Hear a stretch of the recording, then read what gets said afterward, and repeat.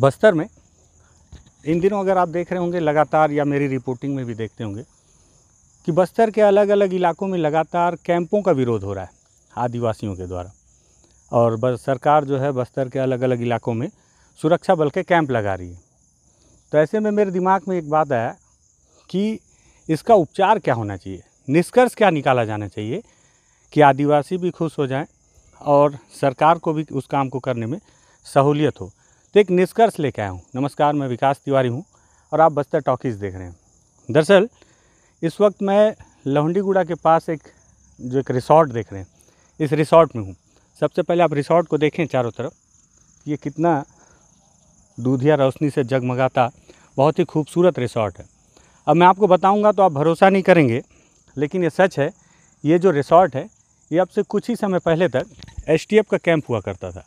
नक्सलियों के खिलाफ एक जो जंग चल रहा है बस्तर में, उसमें सुरक्षा बलों को तैनात करने के लिए बस्तर में इसी तरह से अलग अलग इलाकों में कैंप लगाए जा रहे हैं और उसमें से एक ये कैंप है।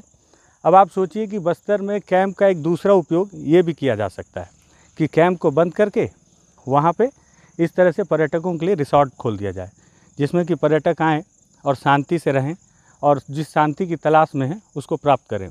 अब मैं आपको बताऊं कि ये वो इलाका है जहाँ कुछ समय पहले यहाँ से कुछ ही दूरी पर माओवादियों ने एक थाने को बम से विस्फोट करके उड़ा दिया था। अब सोचो उस इलाके में एसटीएफ के कैंप को बंद करके वहाँ पे पर्यटकों के लिए रिसॉर्ट खोला गया है। और एक बार फिर से पिछले वीडियो में मैंने आपको मिलवाया था बस्तर के जो कलेक्टर हैं रजत बंसल साहब। दरअसल यही वजह है कि जो मुझे खींच के लाती है कि इनसे आपको एक बार फिर से मिलना चाहिए कि कैसे उन्होंने ये नए थीम के साथ इसमें काम किया कि एसटीएफ कैंप, यार इसका विरोध चल रहा है, एसटीएफ कैंप बंद हो जाए और उसको क्या किया जाए कि एक रिसॉर्ट के तौर पे बदल दिया जाए। सर, स्वागत है आपका बस्तर टॉकीज़ में। थैंक यू रानू जी।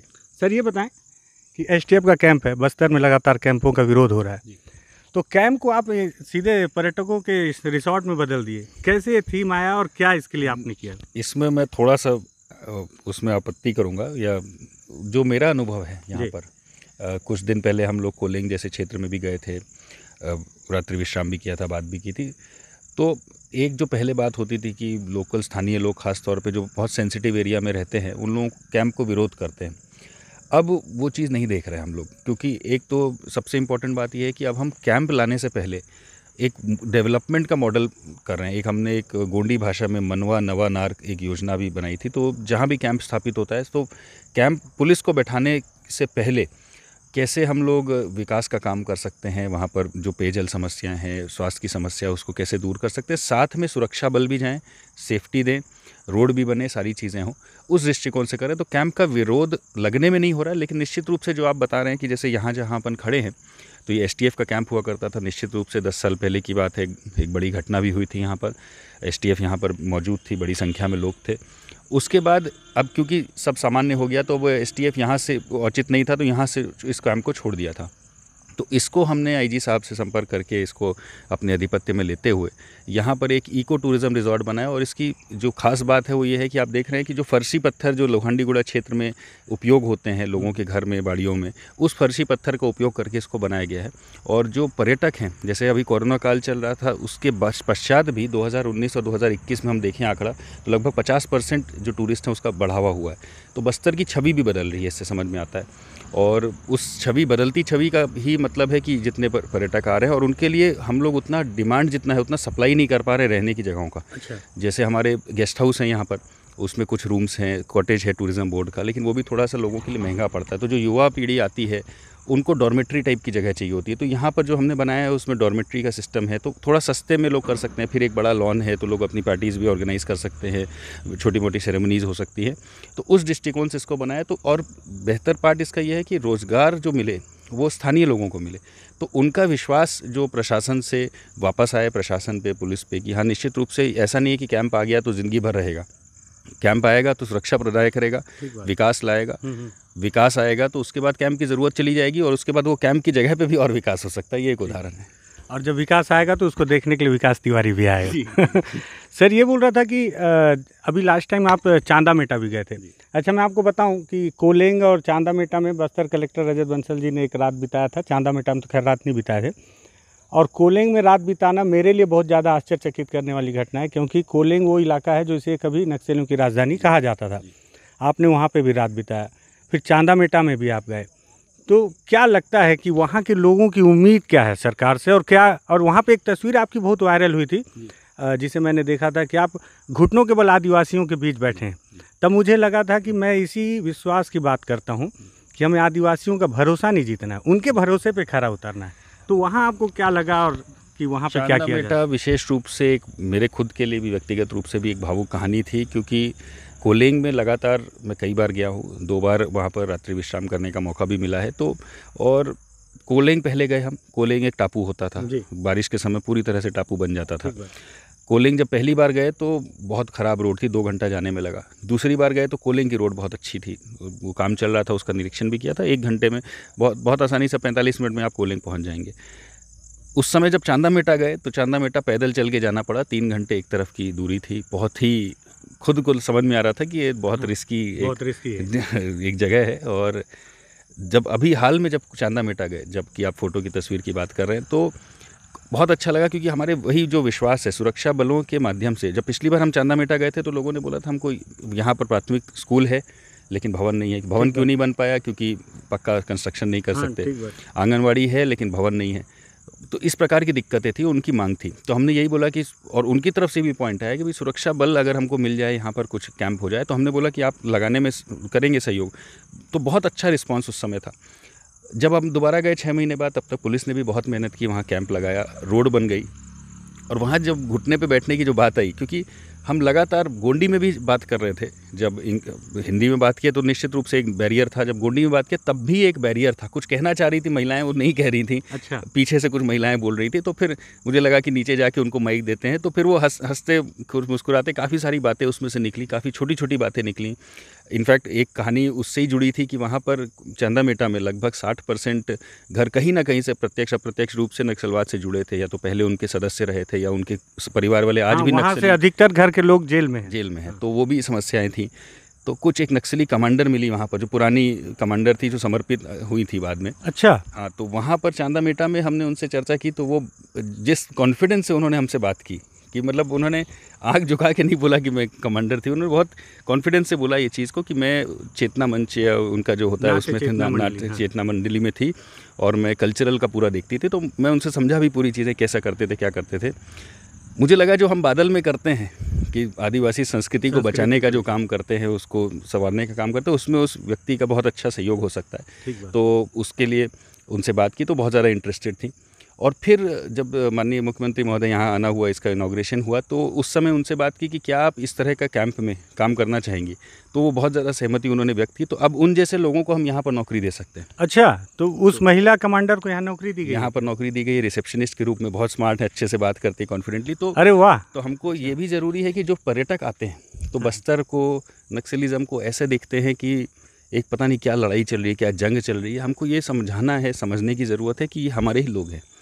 भले ही किसी विचारधारा में भटक करके बंदूक उठा लिए हैं, तो अब वो वापस आना चाह रहे हैं, मुख्य धारा में आना चाह रहे हैं और विकास में जुड़ना चाह रहे हैं। तो उनको भी इस तरह की चीज़ों में हम जोड़ रहे हैं, और एक अच्छी केस स्टडी बने और इन लोगों को रोज़गार मिले, और लोगों को भी ये समझ में आए कि ये ऐसा नहीं है कि हमारे दुश्मन हैं, ये हमारे ही भटके हुए लोग हैं जो कि दूर गए हैं। लेकिन सर, एक सवाल मेरे दिमाग में उसी दिन से आया जिस दिन से मैंने इसे पहली बार देखा, और तभी मुझे लगा कि मेरे दर्शकों को इस कहानी को दिखाना चाहिए कि एक सुरक्षा बल के कैंप जिसका बस्तर में विरोध हो रहा है या बाद में नहीं होता है, जैसे इस पर अलग अलग चीज़ें, उसका इस तरह से सदुपयोग भी किया जा सकता है। तो ये कहाँ से आपके दिमाग में आया कि इसको इस तरह से उपयोग किया जाए कि यहाँ जो लोग, अच्छा, इसका एक दूसरा फ़ायदा मैं आपको बता रहा हूँ।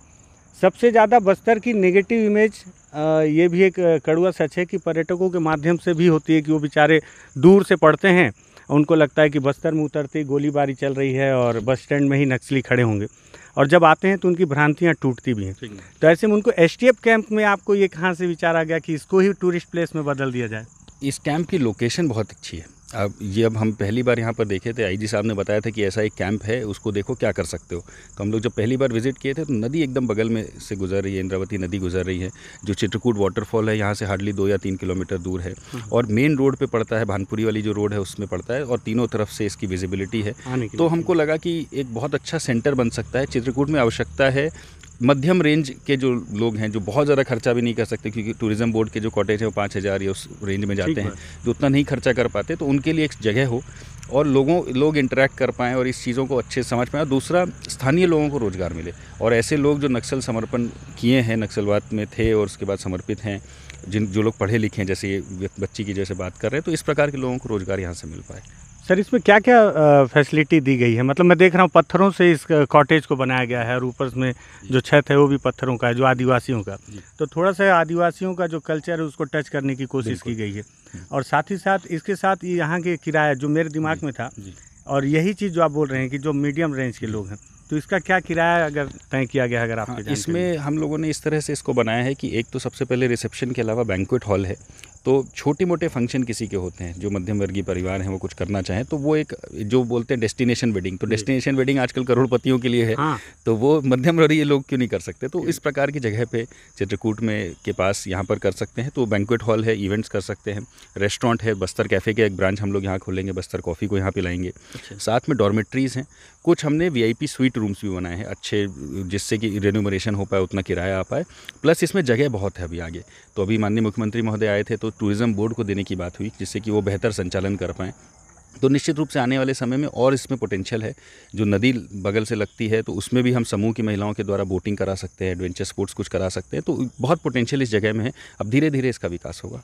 क्या लगता है कि अब जो पर्यटक आएंगे तो उनको मन में डर लेके आना चाहिए कि STF कैंप में रुकना है तो किसी तरह का खतरा तो नहीं है, तो उसको किस तरह से दूर किया जाएगा? भ्रांतियां अभी भी लोगों के मन में। अब वो भ्रांतियाँ दूर करनी है, इसीलिए यहाँ पर लाएंगे हम लोगों को। और दूसरा, ट्रैवल बस्तर, क्योंकि लोगों को ये लगता है कि बस्तर, वैसे भी जो मेरा पर्सनली मानना है वो ये है कि बस्तर यूनिक एक्सपीरियंस है। आप बस्तर को किसी भी और पर्यटक की जगह पे कि ये 4 पॉइंट कवर करने हैं बस हो जाएगा बस्तर, ऐसा नहीं है। आपको हिस्ट्री में इंटरेस्ट है तो अलग बस्तर है आपके लिए, आपको रिलीजन में इंटरेस्ट है, धार्मिक हैं आप, तो अलग बस्तर है, आपको एडवेंचर करना है तो आपके लिए बस्तर अलग होगा, आपको कुछ और करना है तो मतलब हर तरह की चीज़ें, आपको टैटू कराना है तो गोदना आर्ट उस टाइप का अलग है बस्तर। तो कल्चर में जो आपको इंटरेस्ट है, तो travelbuster.com हमने एक बनाया है, जिसमें आप अपनी रुचि के हिसाब से अपनी आइटिनरी बना सकते हैं। तो यदि वो पूछेगा आपको सबसे पहले कि आपको किस किस में इंटरेस्ट है, हो सकता है आपको ट्राइबल खाना खाने में रुचि हो, तो बगल में यहाँ पर एक ट्राइबल होम स्टे है, वहाँ पर आपको एकदम बस्तरिया लोकल खाना आपको मिले। हो सकता है हर किसी को पसंद ना हो, तो हर तरह की यहाँ पर सुविधाएं हैं। तो यही हमारा मकसद है कि जो ये डर है कि बस्तर आए, और ये डर ऐसा नहीं है कि बाहरी लोगों में है। मैं तो देखा हूँ, मैं रायपुर में बहुत लंबे समय तक पदस्थ था, तो रायपुर के लोगों में भी ये डर होता है कि बस्तर को लेकर के। तो आएंगे, लेकिन जो लोग आते हैं फिर वो बार बार आते हैं। तो इस तरह की सुविधाएं हम लोग प्रोवाइड करें, और travelbuster.com के माध्यम से आपको सारा सुविधा एक मॉड्यूल में आपको पता चल जाएगा, तो आप वहीं से बुक कर सकते हैं। तो वो एक बेहतर एक व्यवस्था हो जाएगी। इस बात का सुकून है क्या कि पूरे बस्तर में, मैं एक बार फिर, पता नहीं क्यों ये लाइन मेरे दिमाग से उतर ही नहीं रही है। मतलब मैं बस्तर के अंदरूनी इलाकों में रिपोर्टिंग करता हूँ बार बार, तो मैं देखता हूँ कि कैंप को लेकर एक विरोध है कुछ लोगों में, जहाँ पे कैंप नहीं है, जो माओइस्ट का जो कोर इलाका है वहाँ पे। तो क्या इस बात का सुकून है कि पूरे बस्तर में जब सरकार नए कैंप लगाने पे काम कर रही है अलग अलग इलाकों में, ताकि वहाँ तक सरकार पहुँच सके, ऐसे में आपने एक कैंप को एक नया रूप दिया है, तो एक नया इतिहास आपने यहाँ पे गढ़ा है, मैं तो कहूँगा। क्योंकि बस्तर में जब नए कैंप इस्टेब्लिश किए जा रहे हैं, वहाँ आपने एक नए कैंप को एक नया रूप दिया, तो इस बात का सुकून कितना है आपको? इस बात का सुकून निश्चित रूप से है, क्योंकि हम कैंप लगाने की बात करते हैं। कैंप लगाने का एक मकसद होता है कि वहाँ पर एक शांति व्यवस्था हो जाए, जिससे कि विकास पहुँचे। विकास पहुंच गया, शांति व्यवस्था नेचुरली बन जाती है। फिर एक बार लोगों को रोजगार से जोड़ लिया, सब चीज़ें हो गई, तो उसके बाद जैसे आज आप देखेंगे चित्रकूट में 10 साल पहले थाना पे ब्लास्ट हुआ था। आज की डेट में चित्रकूट में जितनी पर्यटन का काम हो रहा है, चाहे पार्किंग से लेकर के, सफाई से लेकर के, बोटिंग से लेकर के, सब चीज़ें यहाँ के स्थानीय युवा कर रहे हैं। तो जब युवा को पैसा मिल रहा है, तो युवा उसको साफ भी रखेगा, पेड़ को भी बचाएगा। उसको पता है कि वो पेड़ देखने के लिए लोग दिल्ली मुंबई से आ रहे हैं, विदेशों से पेड़ देखने के लिए आ रहे हैं, तो नेचुरली वो संरक्षण भी होगा, और वो फिर वहाँ नक्सलवाद नहीं आ सकता। तो एक बार वैसी स्थिति हो गई, तो अब फिर कैंप की क्या ज़रूरत है? तो ये जो हमारा बल है, इसको हम और बेहतर ढंग से अप्लाई कर सकते हैं, कहीं ऐसी जगह ला सकते हैं जहाँ पर हो सकता है विकास ना पहुँचाओ।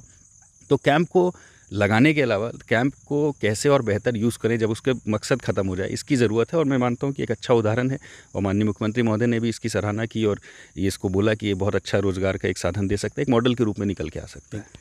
बस्तर कलेक्टर हैं रजत बंसल साहब, और इनसे बातचीत करने के लिए स्पेशली मैंने इनसे निवेदन किया कि हम बातचीत वहीं करेंगे, चेंबर में बैठ के बातचीत नहीं करेंगे कि आप कुर्सी में बैठे हैं, AC चल रहा है, एकदम चकाचक सा माहौल है, और आप बताते रहें कि नहीं यार सब चीज़ ठीक है। मुझे वहाँ रात को लेकर चलिए जहाँ बता रहे हैं कि हाँ अब माहौल सब बदल गया है। तो आप देखें कि ये एसटीएफ का जो कैंप था आज रिसॉर्ट बन गया, और इस रिसॉर्ट में आप देख रहे होंगे कि कोई सुरक्षा बल नहीं है, कहीं भी बंदूक नहीं है। और मैं कहता हूँ ना कि बस्तर में शांति आएगी लेकिन बंदूक से नहीं, क्योंकि बंदूक के बैरल से सिर्फ गोली निकलती है, समाधान नहीं। तो समाधान हर समस्या का है, लेकिन आपको सोचना होगा कि वो समाधान कैसे हो जो शांतिपूर्ण तरीके से इस तमाम हो रहे विनाश को ख़त्म कर सके। अगर आपको लगे कि यार वाकई में मुद्दा तो अच्छा है और समस्या का समाधान करने का तरीका भी अच्छा है, तो इस तरीके को शेयर करें, इस वीडियो को शेयर करें, बस्तर टॉकीज़ को सब्सक्राइब करें। धन्यवाद।